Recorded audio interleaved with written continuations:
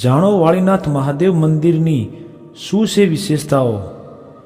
મિત્રો, તરફ વાળીનાથ મહાદેવ આ પાવનકારી સ્થાનકનો અનેરો ઇતિહાસ રહેલો છે।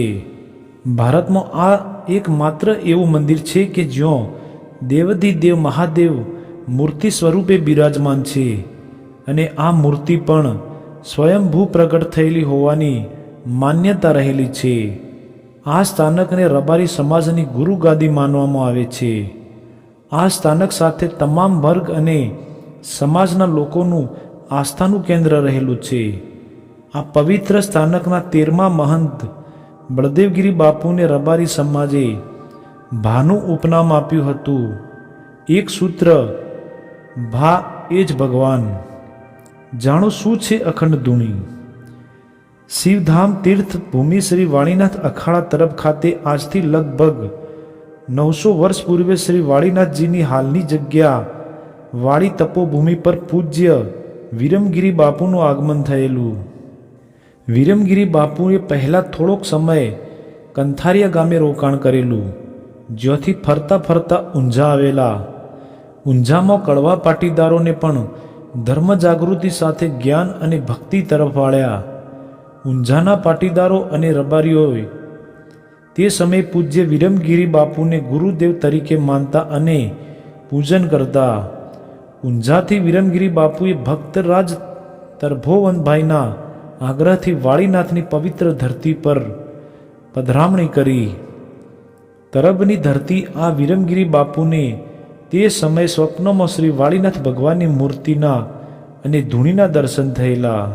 બાપુએ સ્વપ્ન મુજબ જમીનમાં દટાયેલી ભગવાન વાળીનાથની મૂર્તિ બહાર કાઢી, ધામધૂમથી પ્રતિષ્ઠા કરી અને રાયણના વૃક્ષ નીચે ચીપિયા વડે ધરતી ખોદીને અખંડ અગ્નિદેવ સમી ધૂણીના દર્શન થયા।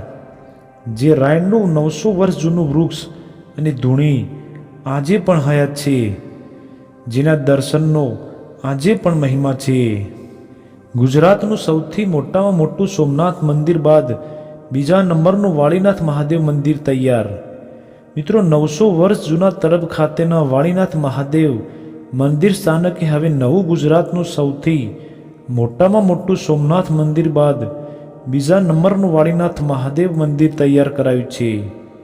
અહીં આકાર પામેલ અદ્ભુત નયનરમ્ય બેનમૂન અજોડ અલૌકિક નૂતન શિવાલયમાં પ્રસ્થાપિત થનાર અતિ ભવ્ય પાવન કલ્યાણકારી મહાશિવલિંગની ઐતિહાસિક શિવધામ શ્રી વાળીનાથ મહાદેવની વિશેષતાઓ શું છે।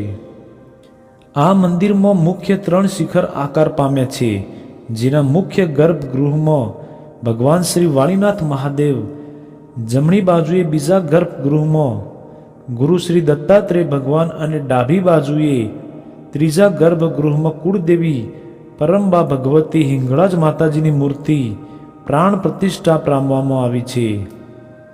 નાગર શૈલીના નવનિર્મિત આ ભવ્યાથી ભવ્ય સંપૂર્ણ શિવાલય ભારત વર્ષના મશહૂર સ્થાપત્યકાર સોમપુરા અને રાજસ્થાન તેમજ ઓરિસ્સાના ઉત્તમ શિલ્પકારોની બેનૂમ કોતરણી અને ઝીણાવટ ભરી નકશીકામ દ્વારા આશરે 10 વર્ષના અથાગત પુરુષાર્થ અને ખંતથી નિર્માણ પામ્યું છે।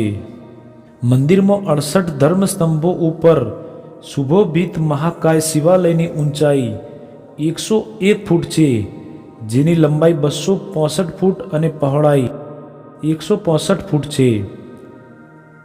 મંદિરમાં વપરાયેલા પથ્થરનું ક્ષેત્રફળ 1.5 લાખ ઘન ફૂટ છે।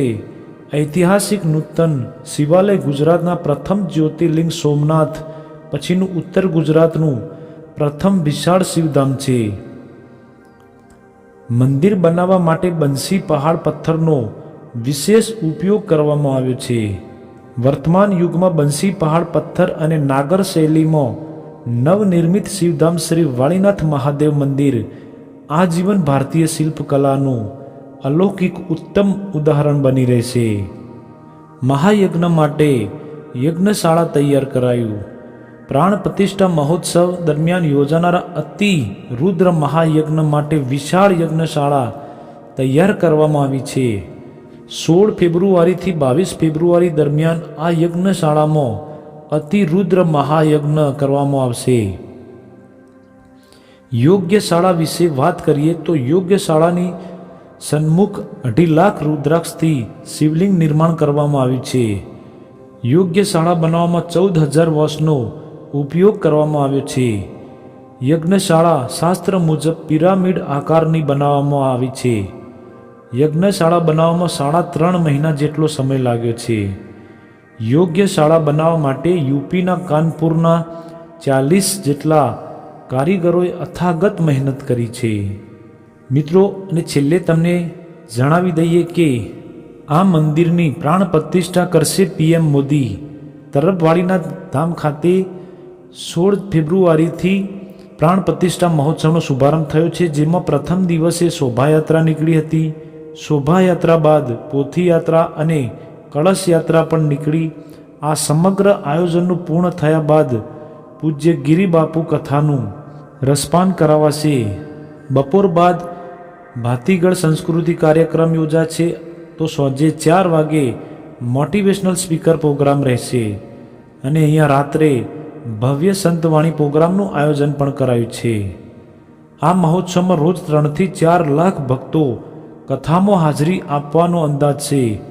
મોટી સંખ્યામાં આવનારા ભક્તોને લઈને તમામ તૈયારીઓ પૂર્ણ કરાઈ છે, જો હજારો સ્વયંસેવકો પણ સેવા બજાવશે.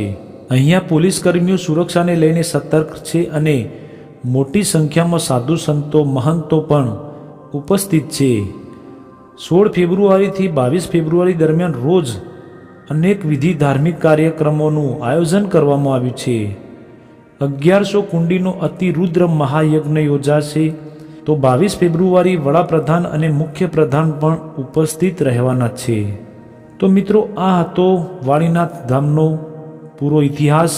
જો તમને આ વિડીયો સારું લાગ્યું હોય તો પ્લીઝ આ વિડીયોને લાઇક, શેર અને આવા બીજા ઘણા વિડીયો માટે આ ચેનલને હમણાં જ સબસ્ક્રાઈબ કરી લો.